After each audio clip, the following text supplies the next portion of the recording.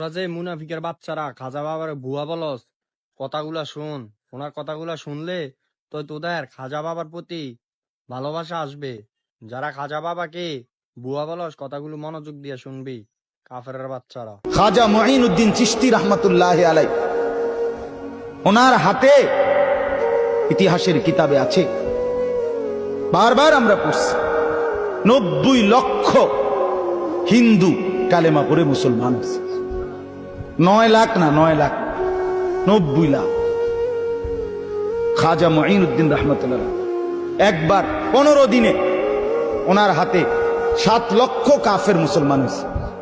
উনি মারে এসে বলছে, মা, খুশির খবর মা, আল্লাহ তোমার সন্তানের হাতে মা 7 লক্ষ কাফের হিন্দু একসাথে এই 2 সপ্তাহে মুসলমান হয়েছে মা।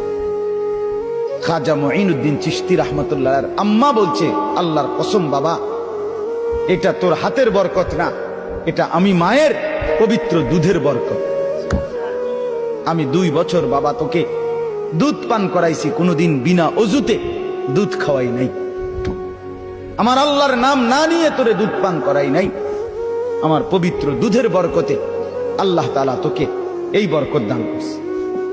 মার অবদান। বড় পীর আব্দুল কাদের জিলানী রহমাতুল্লাহ আলাইহি, তার এই এত বড় সাইয়্যিদুল আউলিয়া হওয়ার পিছনে কার অবদান? মার অবদান।